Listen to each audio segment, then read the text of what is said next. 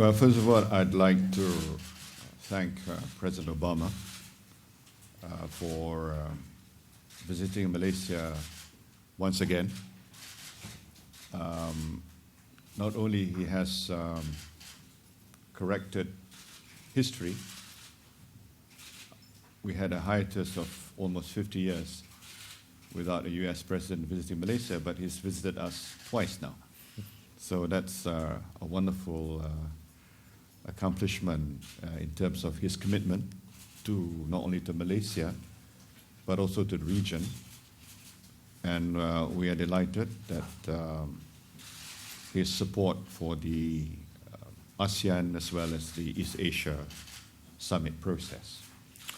We had a very good discussion on bilateral issues. As expected, we have a very similar position in terms of combating violent extremism. And we both agree that we need to work closely together to make this region safer. This region is not immune from threat of violent extremism. There are groups here operating, and there are groups here that have announced they are aligned to IS. And as you know, the Malaysian government is very clear unequivocally that we are against IS, against its ideology, what it stands for. It is evil, it is against Islam, it's a perversion of Islam, and they do not represent us. So we will work very closely together with the United States and other like-minded countries to make this region safer and to combat any form of violent extremism. We've also agreed to make Malaysia as a center for counter-messaging center because in fighting violent extremism, it's not only a military solution that's required, but it's winning the hearts and minds of these people. And that is why it's important for us to present the counter-narrative, to present the authentic Islam, the true Islam, so that people realize that what IS represent or try to represent is a total perversion of Islam. So that work is important for us, and we will continue to present what we believe is the true picture of Islam. We also talked about the TPP, which is important. We've crossed the finishing line. I've explained to the President the domestic process.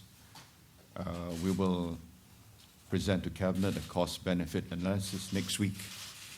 We will take to Parliament in January, a special session, and we hope with the support and approval of Parliament, the TPP will be ratified within 2 years or put into operation within 2 years.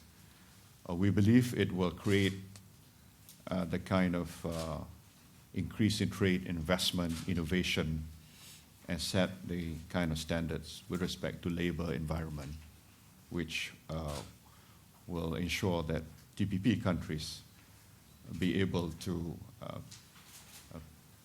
create more wealth, more innovation, and set new standards in terms of things like environment and labor. We also discussed about climate change.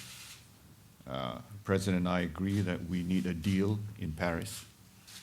Malaysia is committed to work to find a deal. If necessary, we will revive our position to make sure that we do not fail in Paris. I think we owe this to the world. We cannot afford not to have a deal in Paris.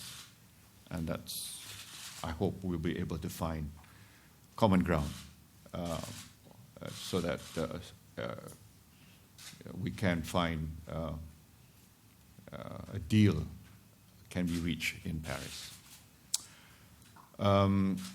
We also talk about the South China Sea.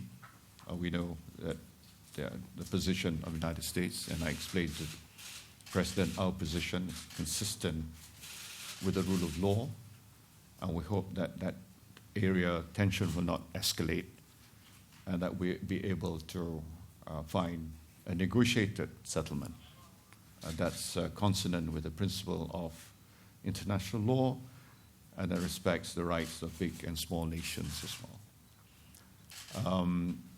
We also talked about general developments. I explained the current situation in Malaysia. The President also raises certain of his views, and we take into account some of his views, some of his concerns. But Malaysia is committed to reforms, and we are committed to ensuring at the same time there's peace and stability in Malaysia. So overall, it's been a very good meeting, and we appreciate the strengthening of the partnership with the United States on all fronts, and we will continue to work closely together. Thank you. Well, it is good to be back in Malaysia, and hopefully I've set a good example so that future presidents won't wait another 50 years before they come back.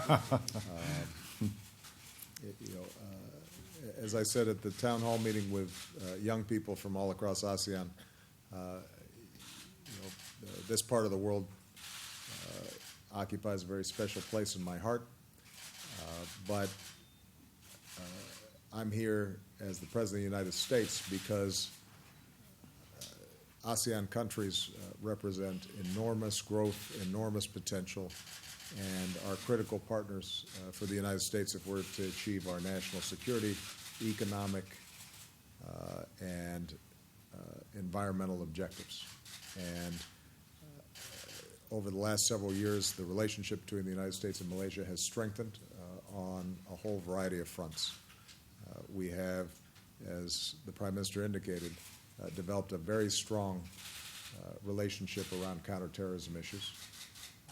Malaysia, like Indonesia, is a majority Muslim country that represents tolerance and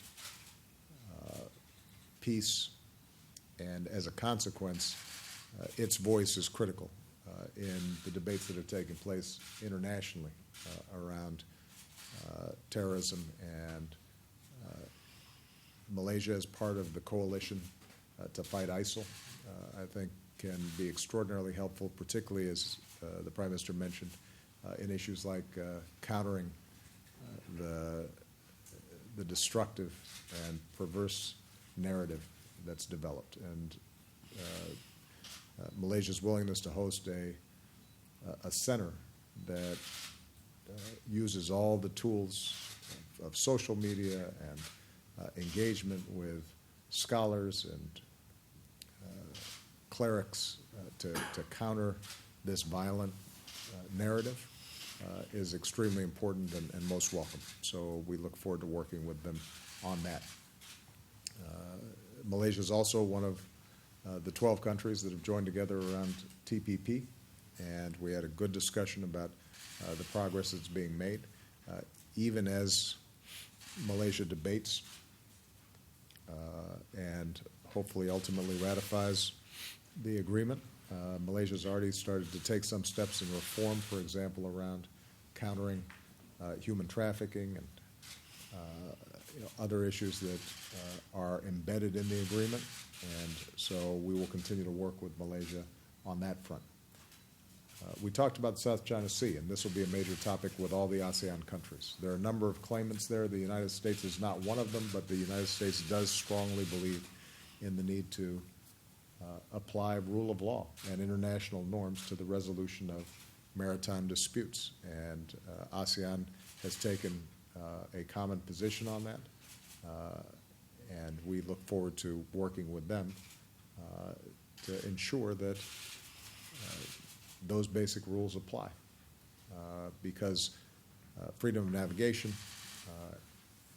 and the free flow of commerce has been really the foundation stone for extraordinary development here in this region.